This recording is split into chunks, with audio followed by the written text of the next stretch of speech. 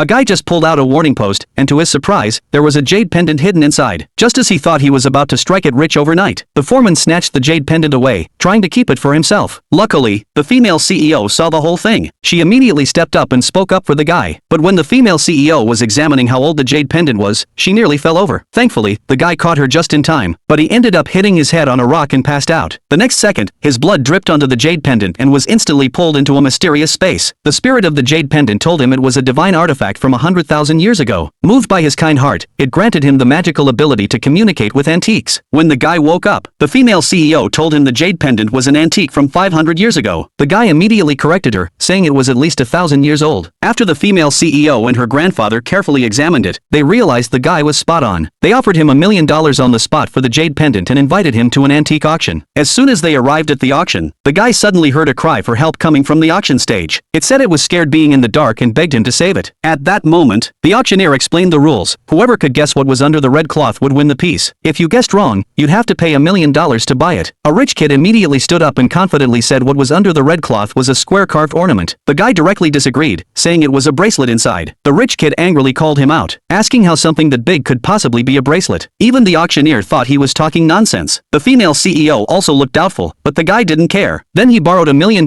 from the female CEO as a deposit. Next, the guy walked up to the auction stage, but when he pulled off the red cloth, underneath was just an ordinary brick. The rich kid openly mocked him on the spot, saying he'd paid $1 million for a piece of junk. But the guy suddenly grabbed the brick and smashed it hard on the ground. Shockingly, there really was a bracelet hidden inside the brick. After careful examination, it turned out to be a jade bracelet that was 2,000 years old. Right then, someone offered $70 million to buy the jade bracelet.